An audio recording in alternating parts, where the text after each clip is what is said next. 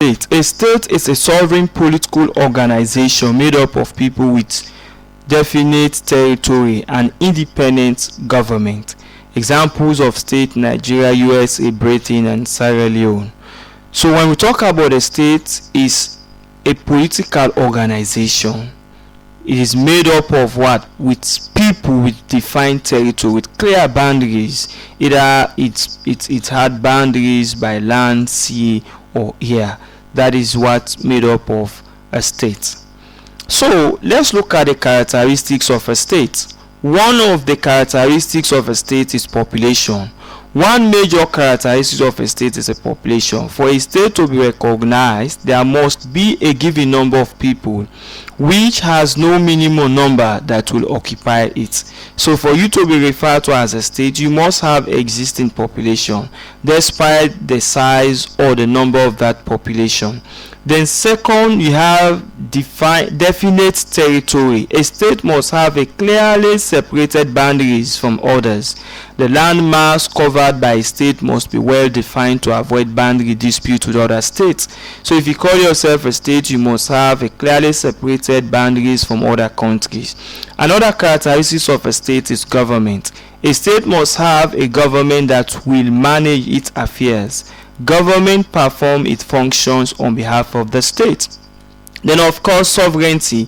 This means supremacy of authority over the citizens, including complete independence from all forms of external control.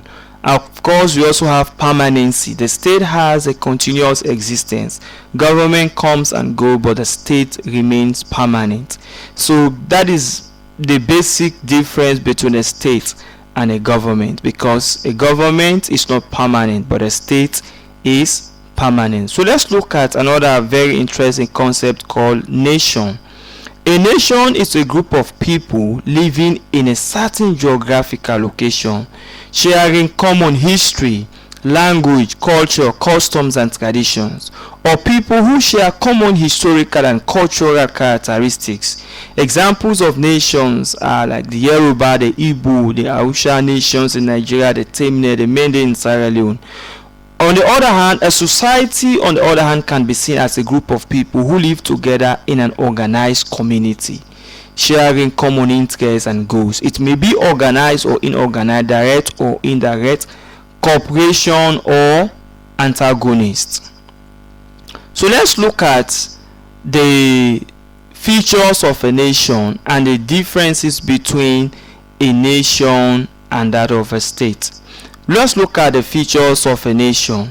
The features include: 1. A nation may or may not have clearly defined territory. Then of course, 2. The people share common historical and cultural characteristics. And also, a nation may not have political independence or sovereignty. Then 4. The people are loyal patriots. Then differences between a state and a nation. A state may be sovereign while the nation may not be sovereign. A state must be organized while a nation has a strange sense of unity. The state is made up of people with both homogeneous and heterogeneous characters, while the nation is made up of people with homogeneous characters. So these are some of the differences between a state and that of a nation. Let's look at society holistically. A society could be seen as a group of people who live together in an organized community, sharing common interests and goals. It may be organized or inorganized, direct or indirect, cooperation or antagonist.